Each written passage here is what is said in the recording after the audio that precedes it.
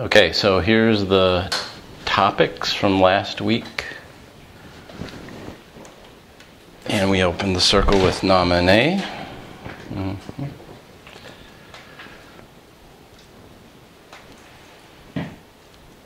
All right, so here's a review of Namane. And I just took the vowels, consonants, vowels, each of the syllables, and broke them out. So, being, standing in its essence. Na is to stand in your essence as a being, a self. M is manifest in relation. So this is the word for this week. Has to do with relationships. And certainly you could mix the sound with other consonants and try that out. See what effect it has as we're learning about the abilities or the powers that the consonants have to modify. And this is in fact said in many sound traditions, is that the vowels are the qualities of being and the consonants are the direction givers or the modifiers to drive that energy towards a certain purpose. And ne is again the being who's standing, and the a is it is. So something that is standing. So one being is connected to the larger being. So I know last week I used the term standing wave, and I have a conception of standing wave, and in physics there are many explanations behind a standing wave that aren't really the same as what I mean. A standing wave is something that basically moves without losing energy. It is able to transfer energy immediately, and none of it gets lost in the amplitude or the pulsing. But there's some clues, for instance, in the English alphabet, about the S sound being a purely wave sound. S, s. If you turn it sideways, you have a sine wave. And then also the letter N becomes the letter Z when you turn it sideways, and even N in its regular form is a standing wave that's encoded in that letter. But when I mean standing wave, I got this little video just to give folks an idea of what it makes me think of. And that is, this is a small experiment somebody did with maybe a woofer, and there's many of these on YouTube. Have you guys tried this before? It's kymatics. Hans Jenny did a lot of experimentation with this, with water and salt and different things. So this is a very interesting one. People are using starch and water.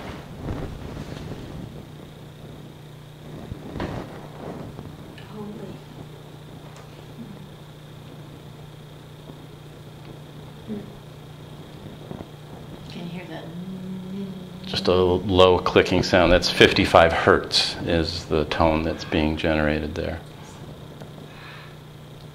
So when sound encounters a physical medium, there is naturally a desire for some kind of expression, for some kind of manifestation. So that just makes me consider, well, how much are we really of sound?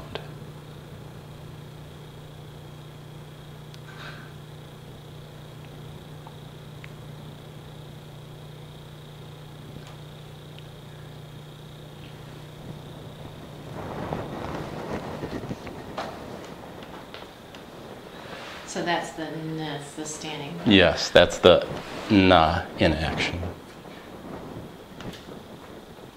Maybe that's what we'll do next, is we'll chant into speakers with starch and see. I don't want my head flying off like that. Okay. You might like it. Good one. Oh, that was fabulous. All right, class 2. We're going to go quickly back to the 5 qualities of manifestation or of beingness. This coming week's is relationship with the sound. And then we're going to go into the process of purification in the way of inspiration and talk about entering the house of inspiration through sound. So what we're doing at this point, besides introducing the next property of being, is to just go deeper into what is this process, the perception, intuition, revelation. How is it that we can build a depth so that when we're in the practice, our ability to perceive becomes enhanced? That's what we're working now on the class, is to get the most out of our private time. So again, like we put some scaffolding through thought or intellectual communication around what these things are, we're going to add some more details now in our house of sound to help understand what the progression of experiences are. Because each time it's different and it tends to be deeper. And in fact, there's a famous book by someone who is canonized, Saint Teresa of Avila, and she talks about her experiences of the soul. And she talks about the different rooms that are in the soul and how in the very most inner part of the soul is where God is, and it's filled with light. So she has had mystical experiences and documented what that's about. So we're going to go through a similar, more energetic type of description about what to look for and how to have these experiences lead you deeper, what to look for. Do you have handouts today? We do, yes. I really appreciate that, by the way. Thank you for having us. And I'm glad they're useful. Yes.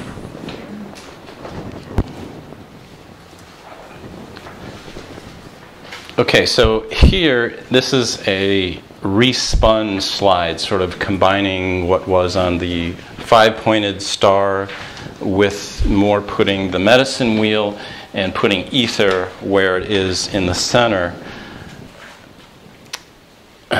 Being in the center, ether is also the scaffolding to the universe. And in fact, in the Platonic solids, the dodecahedron is seen as sort of the superstructure behind all of creation. So it's depicted as in the center, but it's also really the scaffolding that goes through everything. So last week, purification, fire element, certainly continue using as you want in all the exercises. Relationship now is the earth element with So this is where we're going to focus. And then next week is awareness with the E into the air element. And then innocence, O, with the water element. And the last element that we'll look at is caring, U, with the ether element. Next week we're also going to introduce a do-it-yourself, put-together geometric toy for you to take home and do some chanting work with and see what your experiences there are. But that'll be with next week's class. But we do have interactive handouts. Maybe you can get the kids to help put it together. That might be fun. All right, relationship. So, is relationship. It's the earth element and it's sound. It's the south. Okay. Talk about that in a second. All right, it's the ability to see your perspective relative to another. So at first, there's manifestation through the fire element. And in Joseph's number system, you could look at this as the number 1, being fire, and then number 2 being relationship. Because as soon as you have a 1, you know the qualities that you have yourself, but beingness isn't content to stay as a unity, as strange as that sounds, because everybody wants to get to oneness and all this stuff, but we've been there before. When we're flashing in and out of this dimension, the other dimension that we're flashing to is a unmanifest total unity, and you're totally like one with everything there. But I don't want to say it's boring, but it's not the full experience that we were looking for. So just like sound gives way to vision, the unity gives way to a variety of experience. We don't all look the same. Trees are of different species. Even the same tree species manifest differently. So there is some desire for a unique expression. So after we begin to manifest, right away, we want to know what our relationship is to all things. And that's what the sound helps us to do, is to understand what my relationship to another is. And as soon as we do that, part of the goal behind doing that is to exchange information. So the sound would be very useful if you were going to a sacred site. You might want to use and e a lot, because is going to put you into a relationship with the site. And then e is going to be your pass key to ask for what awareness or information the site has. In fact, all the vowel sounds would be used, but particularly I would spend a little bit more time with the sound to understand, how do I relate to this site? How did this site relate to the other sites that were there? How did the people there relate to one another? So that's what the sound is to find out those relationships. So we want to understand our connections to all things, times, and places. And we want to understand the function of the heart as a connecting nexus to life. Now, last week we talked about beautiful painted arrow as a metaphor for connecting the energy of the heavens to the earth. And in fact, in Tiwa, it can be sometimes interesting that a phrase like beautiful painted arrow could mean many things. Because they're metaphors, they're living energies, they're not locked into a single interpretation. And it may have been confusing last week as to how the heart could have been the mountain receiving the precipitation where it's very cold, and yet the heart is also viewed as being the center where it's very warm. So it depends on the relationship or the perspective that you're taking. A single thing can have multiple functions, multiple meanings. So the heart in this case, besides receiving the inspiration, can understand those connections. The anahata, being in the center of the body, is full of establishing its own purification or its own beingness. And part of the reason to do that is so that it can understand its relationship to everything else. So in fact, that's another way I encourage you to look at the vowel sounds in relationship to another, is look at how the heart manifests that principle. How does the heart manifest relationship? Through love. How does the heart manifest awareness? People listen to their gut or to their heart. They understand things through the heart intuitively. How do I carry things with my heart? I have causes I believe in. I love people. I seek to be in harmony with things. So one organ, being in the center of the body, has many functions. Now, as soon as you come into relationship, part of the reason that you want to be in a relationship with somebody, and really the attracting force to have a relationship at all, in Tiwa and Joseph's teaching, is because of beauty. Beauty is this desire to be drawn to something else. Why are you drawn to flowers or the person that you love? There's something very beautiful there that wants to draw you together. In the vowel sounds, the U sound is one of the prime carriers of beauty, but also when we work on relationships, the beauty element comes in at the same time. Once I see something, I appreciate or understand what the role of the salmon is in the whole cycle of life, or the crickets or whatever. I see the beauty, the wisdom in that being living there, the function of the sequoia trees, all this thing. I appreciate, I see it and I appreciate it. I see its uniqueness, and that causes me to understand what its beauty is, its unique gift to the world. So we choose to apparently be separate beings in order to see this as a relationship, to understand what the gift is we have when we manifest as apparently unique individuals. And then once we realize we're in relationship with everything, we enter into another primary of being. And that highest beauty, that highest quality is beauty. Looking at Joseph's work in any sort of metaphysical or theological system, okay, what's the highest quality? Is it love? Is it forgiveness, charity? And in Joseph's and the Tiwa view, it's beauty. is the highest. Yeah, in Inayat Khan, his lineage, the three primary qualities are love, harmony, and beauty.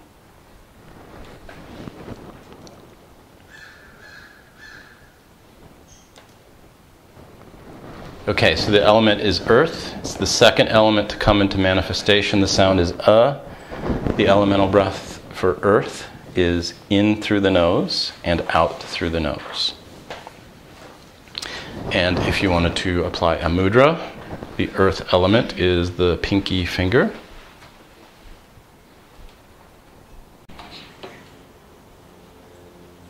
Okay, so this fascination with relationship and how people express or experiment or investigate a relationship crosses into all components of architecture, art, looking at harmonics, mathematics, gematria, sacred geometry, all the different pi and other relationships in the Great Pyramid, the flower of life, the design of a kiva, how it represents different mathematical relationships, Chartres Cathedral.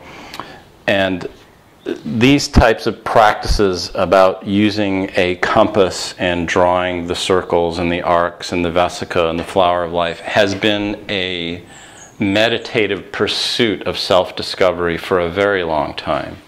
And there's actually a progression of different forms that manifest themselves in this progression that are supposed to illuminate the student with different realizations as they go through the progression. So, It's like spirograph. yes. Isn't it great? They put that in our hands when we were kids. Yeah. Now try and find one. Can't find. So, sacred geometry itself expands into many different manifestations, again, trying to understand or express relationship through the science of shape. This is a huge science related to the Platonic solids and also to other forms of engineering, sort of metaphysical engineering.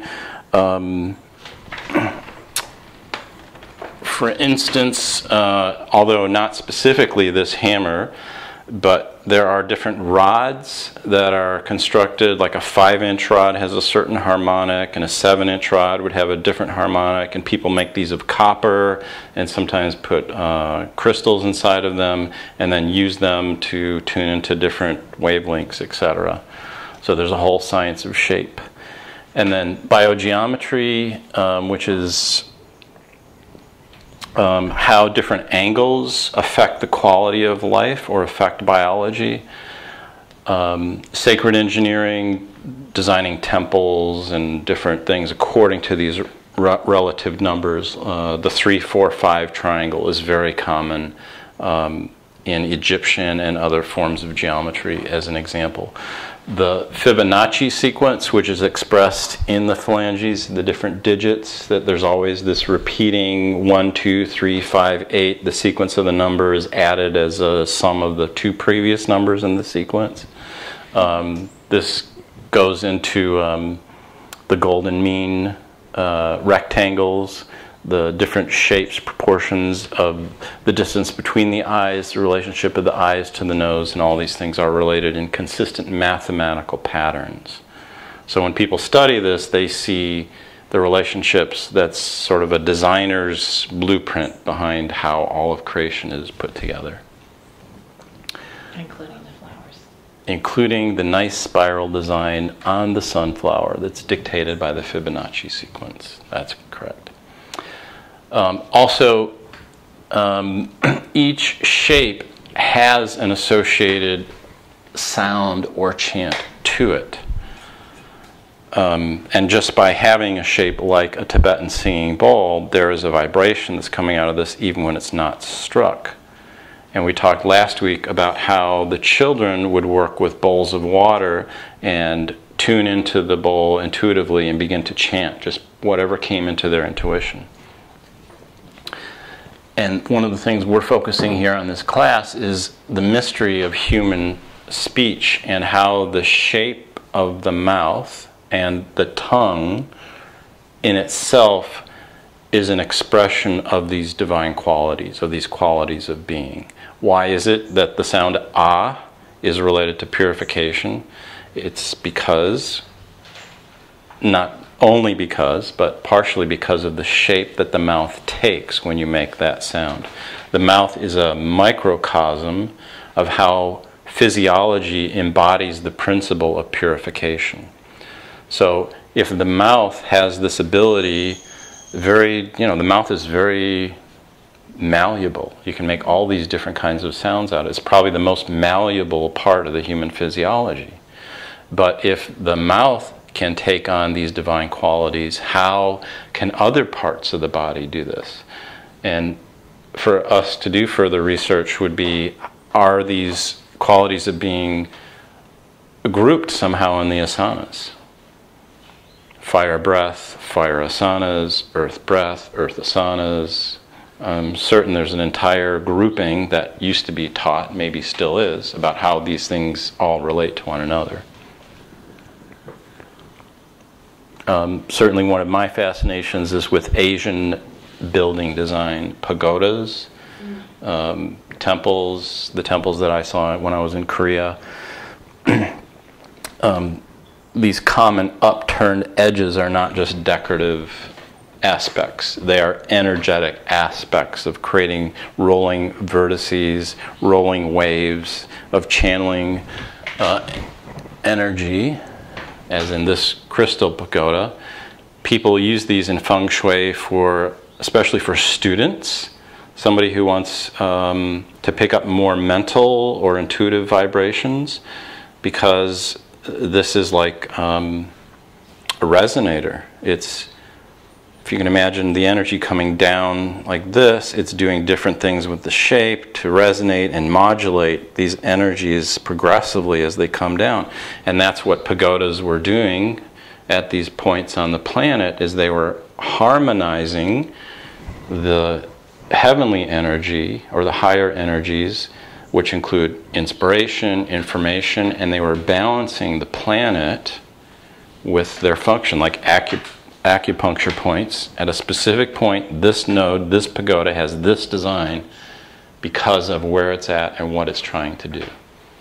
And if you look at the pyramidal structures, the Intihuatana, which is at the heart of Machu Picchu, all of these things were engineered by some people who understand the function of energy, and that when you work with energy, it's going to affect human consciousness. It's going to affect your quality of life. And if you compare a pagoda to, say, Manhattan, or any, quote, modern city, where the energy just comes straight down, there's no modulation, and then you think about how busy these cities are, it's because the energy is coming straight down. There's no modulation, there's no pacifying, there's no attempt to adapt it to biology. So, of course, those places are going to be very hectic, somewhat chaotic, and not as peaceful as when you have intentional engineering like that.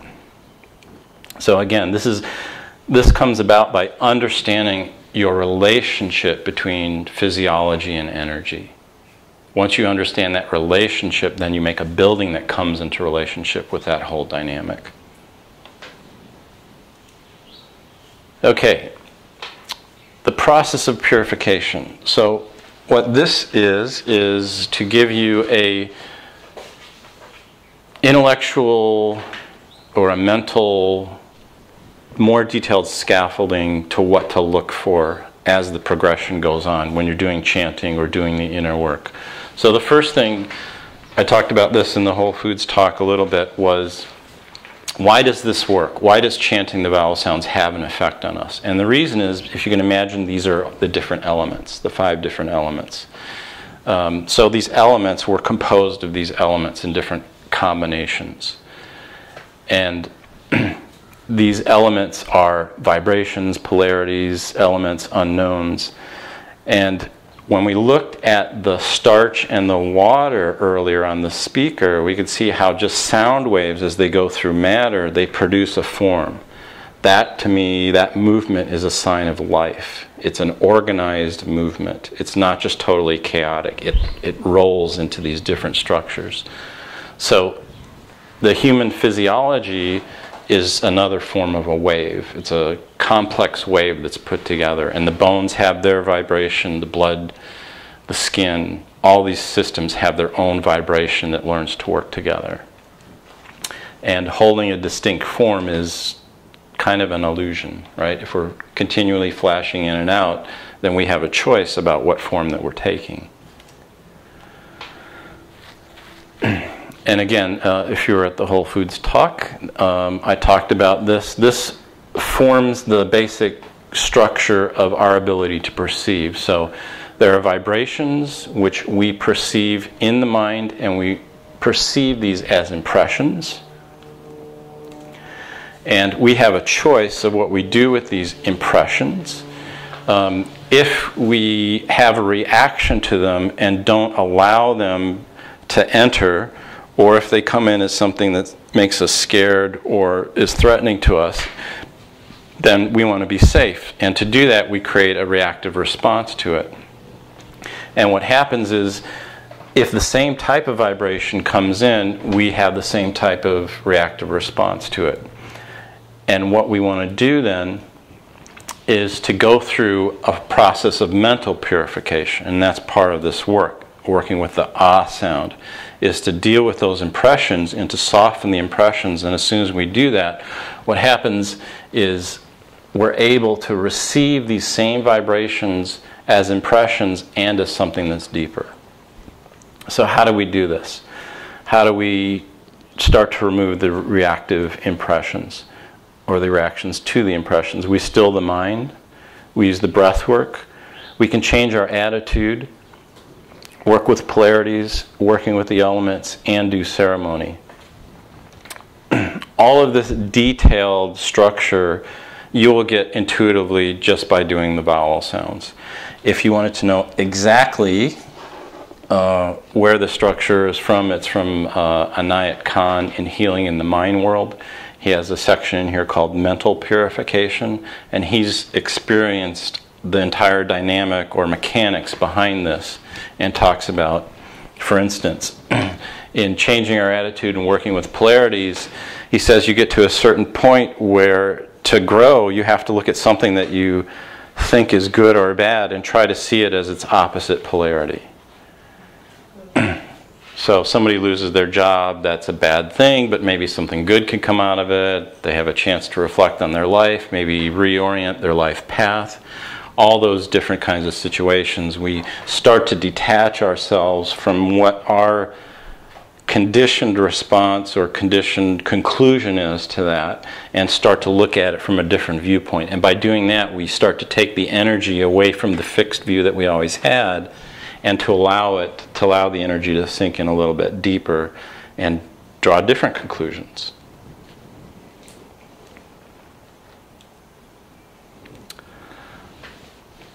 So by working with the vowel sounds and doing elemental purification with the elements, because we're made of these elements, by chanting the ah and chanting the and chanting these sacred phrases, we go in and we shake up what's there and we allow what's natural to help reassert itself. So it's kind of a combination of directed intention and then spontaneous unfoldment.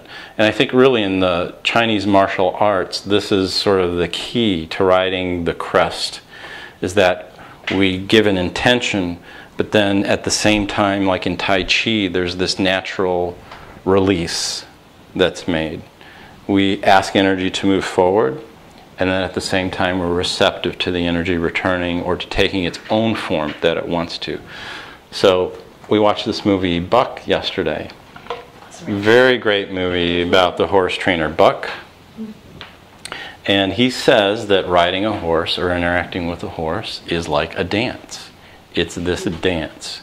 So the horse represents this great, majestic, strong energy, but it's very vulnerable. So how you work with it is you dance with it. There's a give and a take. There's a trust that's established, and you dance together. All right, so elemental breaths. Fire, through the mouth, out through the nose. You want to do the practice? Yeah, why don't we do 4 breaths of each Let's all type. stand up. We're just going to revisit Tiwa creation just for a second. Part of this is to connect with Joseph and his ancestry and the Tiwa, wherever they came from. In Tiwa creation, the original beingness is called Wa Ma Chi. So this is also another chant that you could use if you want to connect with whatever is original or whatever is core behind why we're here. That's one expression. There's 2 ahs and a e behind it. So there's 2 purifications and an awareness that's there. And the story goes, they would tell most of their stories in the winter time. Does anybody know why they would do storytelling in the winter a lot? Because they're too busy in the summer. Busy in the summer. They were inside their longhouse or their log place. It was cold outside, so they wanted to be not so cold. And why else? Something about the mountain and inspiration. Because when it's cold, it's a good time to get inspirations. So these were not just silly people telling stories in the winter. They understood what that cycle of the year, what its primary purpose was, which is part of the reason to launch this class at harvest time in the year, which is to bring forth what has been worked on and harvested and to share it with as part of the bounty. So in the winter, when they told these stories, the story was that this divine longing, this original beingness, made a divine calling, and its first action was to do a chant. So imagine us, or the manifestation of us as Great Spirit when nothing existed. What is the first thing we did? In the beginning, the sound, and the sound started to sing a chant. And that chant led to the creation of all the realities. And ours is, right here, is just one little reality in that whole lattice work of realities that was created by the first chant. And in the Tiwa tradition, that chant is interpreted, breathed with eyes that see. And literally, that chant was Po Che. And there's our friend for this week. Po Che. So here's another very powerful chant. Okay. So if I want to create or manifest, Po Che might be a good sound to put with a visualization of what I want to create or manifest. Yes, that's one chant. Mm-hmm. So this is from the Tiwa lineage. And just one other question. Mm-hmm. So is that the idea of ether? Because it's the holding vibration, just like dancing Shiva is dancing reality into beingness. Po Che is creating the reality. Po Che was the energy that the Creator, whatever that means, whoever that is, us in another configuration, used. When the Creator being wanted to do something, he said, Po Che. And Shiva dances. Mm-hmm. Okay. So Po is breath and Che is eyes. So what's about? Is about relationship. So do the eyes have a function in relationship? They're a primary connector. Eyes, visual, and sound are primary connectors. Okay, why is the ch sound there? So that's for your investigation also. And why is the p in front of the o sound? You can begin to put these things all together. And, I heard about Po Che many years ago, but it wasn't until, again, preparing for this class that it was like, oh my God, that's Po Che. Just like Namane has its energy that's behind it. That's what we're trying to do. If we can connect to what that energy is from the Namane and the Po-che, there is an entire world. It's like sticking your head under the water and seeing an entire world that's in there. That's what these chants are in the Tiwa and in other languages. They're entire energy domains. There are other realities that are there that are like these library. Okay, Star Trek. This is going way back. In Star Trek, they went to this planet, and there are these balls that held these consciousness in there, and there were 3 left, and one was not so good, and all this stuff.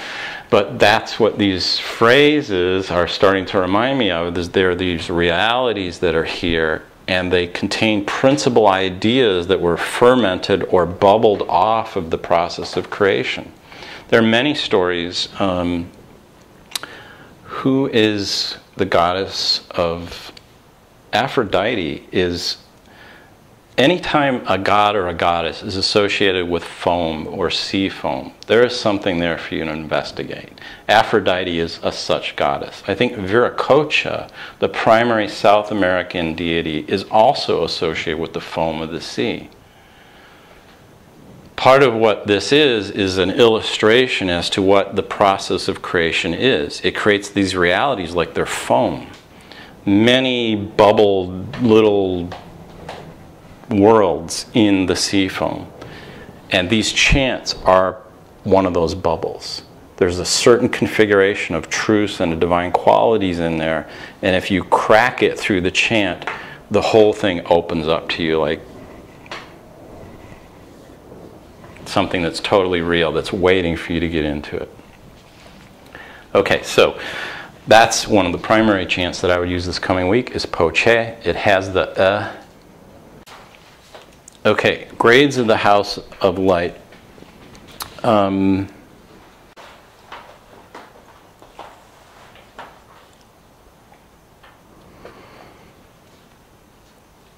I would take the previous slide as sort of like the apex of the class in terms of a transmission. And then this is just some details behind it. You know, Joseph uses this concept of the house of shattering light. And we can think about any of these domains, like we talked about cracking Po-che into that. These are like houses. They're little worlds, little houses that you can get into.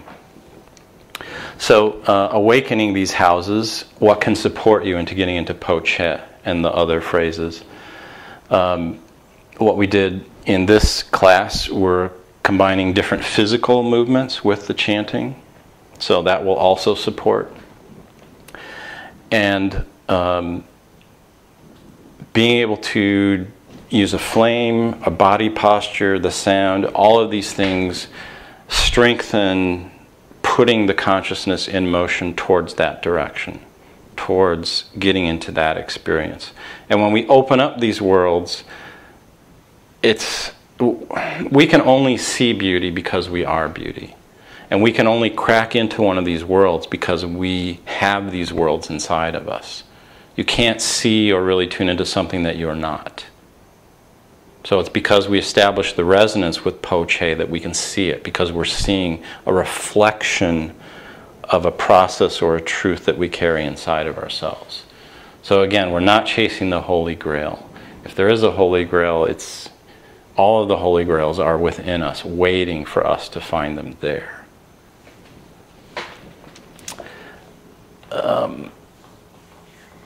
And there was a sound sample.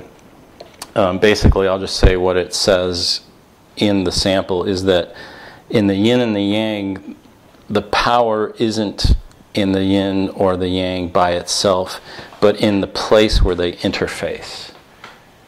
And there's actually pretty deep cosmological formulas that tie back into Hinduism that basically equate creation to a blank space that had 2 parentheses drawn on it.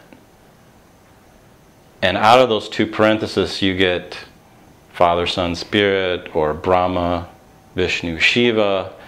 The tripartite nature of beingness or creating this comes out of forming those two parentheses, and then what gets created because of that. But the real meaning behind them is how they relate to one another. It's how they're in relationship through this boundary layer that the real information is. It's when you relate to something that that energy information is formed. If I don't have an intention, if I don't direct my energy towards a goal, then I will pick up something as that part of the dance, as the receptive part. But this information or this beingness that's out there wants to be danced with, wants you to take a step forward and then to receive what it is that's there. Again, you've got the wave. That's right, the wave is there in the relationship. So all this encoding that's been going on in these symbols. Was that an audio clip? Yeah, but I basically said what it was about. Yeah. Okay, so we know about Joseph's house of shattering light. This is a basic common experience that everybody has, although they don't know it. And that in this boundary, coming back, so in your wave, coming back into manifestation, this is where the inspiration comes in. Now there's 4 more houses to be aware of, or levels. So this is the house of intuition. And these houses, I'm using Joseph's terminology of a house. But this progression is a combination of his progression and also of Inayat Khan's. So when Inayat Khan talks about this inner process that we go through, the first level he talks about is intuition. So we have an intuition when a vibration is able to be received in the mind as an impression, and it's recognized as that little feeling, that's something about it. Maybe I should do this or not do this or whatever. That's this impression, that's an intuition that comes. So if I was chanting Po Che, the first things that I'm likely to get are intuitive things about it. That's when the information is starting to come in. It's coming in as intuition. And this is one of the most underdeveloped senses that we have in our society, is teaching people how to tune into their intuition. People are taught to trust these outside institutions rather than their own inner speaking, right? So intuition is the first house that you cross into in a mystical experience. You begin to sense something's different. Something wants me. And in fact, I call this spirit walking. One time, Gowrie and I, maybe once we found 2 of them, but over the course of a couple weeks, we found about 4 turtle shells out over by the airport, south of the lake on the other side, in the woods on the other side of Airport Boulevard, or whatever that road is, Aviation Parkway. And the part of how we found them is that I led us on a spirit walk. And what a spirit walk is you go to the woods and you just say, there's something for me to see. Just like when you see the deer. You set up an intention, and then you just follow. You don't know what direction you're going to go. I just know I'm going to go this many steps, and then I'm going to turn, and I'm going to go, and there's a turtle shell. And then you keep walking again, and here's another turtle shell. Oh my gosh, this really works. So that's another way, if you want to, during the coming week, to tune into the intuition, is just go into the woods in an area that you know that's bounded by roads or whatever, so you won't get lost, because you think you can never get lost in the woods until you actually do. And then it's like, I'm completely lost. It's only happened to me once, but it was enough to make me always want to have a compass when I'm going to do that. So that's an example of getting into the intuition. Now the next grade is inspiration. So we do the Po Che, we do our practice, and we're going to notice we're crossing into a realm of intuition, but then we're going to notice we're crossing into a realm of inspiration. And what's happening with intuition is that the mind is getting something, but with inspiration, it's coming into the soul. That light or that information is registering to a very deep place inside of us. And it's going to trigger a response. It's like corn being pushed into the earth as the intuition, but then there's a response that comes up. It's like I plant 1 seed, but I get 10 seeds back. That's the inspiration, because it leads you to think of something else or to see something else. There's a reaction that it's creating within you, and what's happening is it's shining the light on the inner architecture, on the inner domain. And because that light is shining, that intuition has come in and started to activate something, there are other lights in you that are going to start going off. They're going to start blinking, and that's going to lead you to consider certain... Basically, it leads you to other things. It's like a form of connection and internal relationship building. The next level is you're really getting into it, really deep into the chant. The intuition started, the inspiration's going, and then all of a sudden, there's some deep meaning, some deep understanding that this light is bringing into you. That's the house of revelation. I understand why this part of my life is like this, or I understand what poche means. The revelation comes. I get it. That's what that is. That's what poche is. In Arabic, these are states that are called hulls.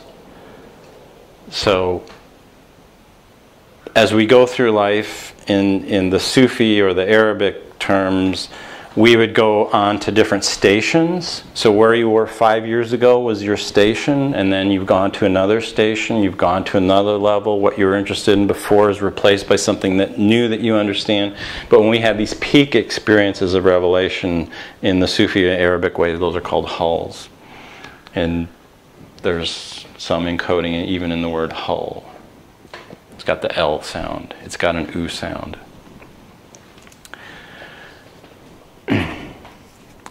When you can slip into the house of revelation and you can start picking into this dance, and you can tell the revelation, all right, I see this, what else do you want to show me?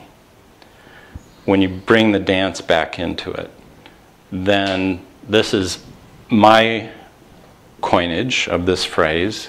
This is the house of resonance. This is a very active, submissive, active dance kind of place where you can go into the revelation, you can say, okay, I got that. And just like last week we talked about, when you go to a sacred site, you want to ask the question to establish a further relationship. When you're in the revelation, okay, why are these deer here? What else do you want to show me? I see poche. What else do you want to show me? Because all this is set up because there's some manifestation that wants to occur. Some relationship that's trying to come out.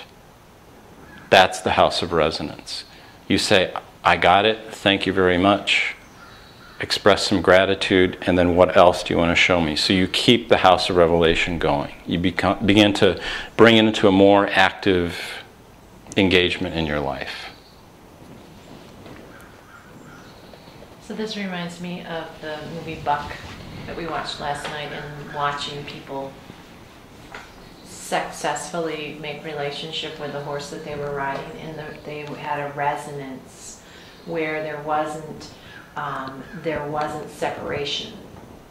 And so I don't think what I'm hearing is that, you're in it, you're out of it, but it's just this continuous resonance that you're in, almost like you are the wave now. So the information is simply there, floating in, floating out. Nothing to hold onto and grab, nothing to push away. It's just the resonance.